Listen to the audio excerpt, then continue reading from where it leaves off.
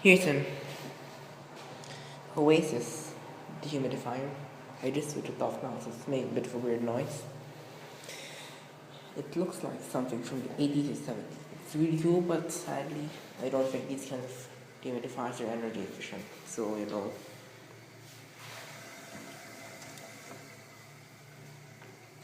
it's got interesting coils too.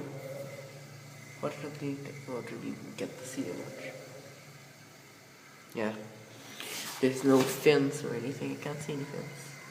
Which is interesting because I really think the fins do help. So maybe it can actually, it might actually be something from the 90s.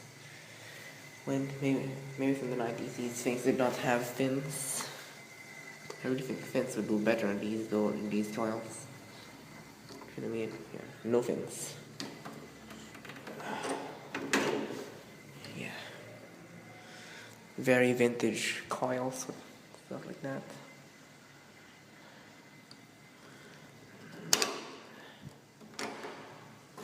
Yeah. Not sure if you call this really vintage and the valuable vintage, but it's really cool. Actually, you would call it the valuable vintage, even though these are still pretty common. And let's take a look at that. Here's the best part. Yeah. Wait, it's not 5 bleeds. Not the best, not the easiest video to do because, for instance, I have to be careful because it's not my dehumidifier.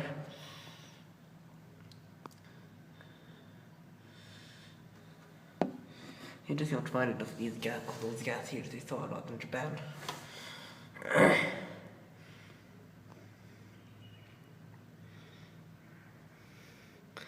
I saw them in Austin magazine mostly, but I mean, let's turn it on.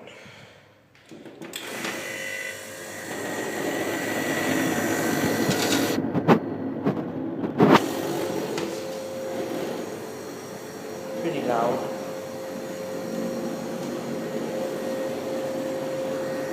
That's my thing with these dehumidifiers, they're just too loud.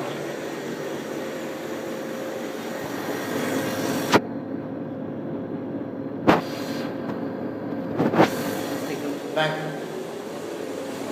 There the coins. Now let's see if we can set to only takes a fan. But first let's turn off the spin down.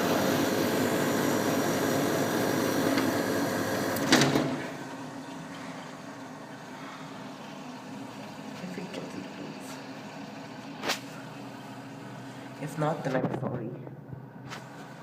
You can't see it, please. It just stopped right now. Let's see if we can turn on the fan without turning on the condensing. You don't want that, but turns out you probably can't do it. I know it does happen sometimes, but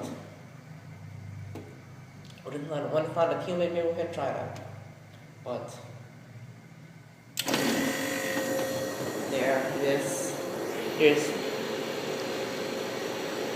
there's a Oasis vintage dehumidifier. Thank you for watching.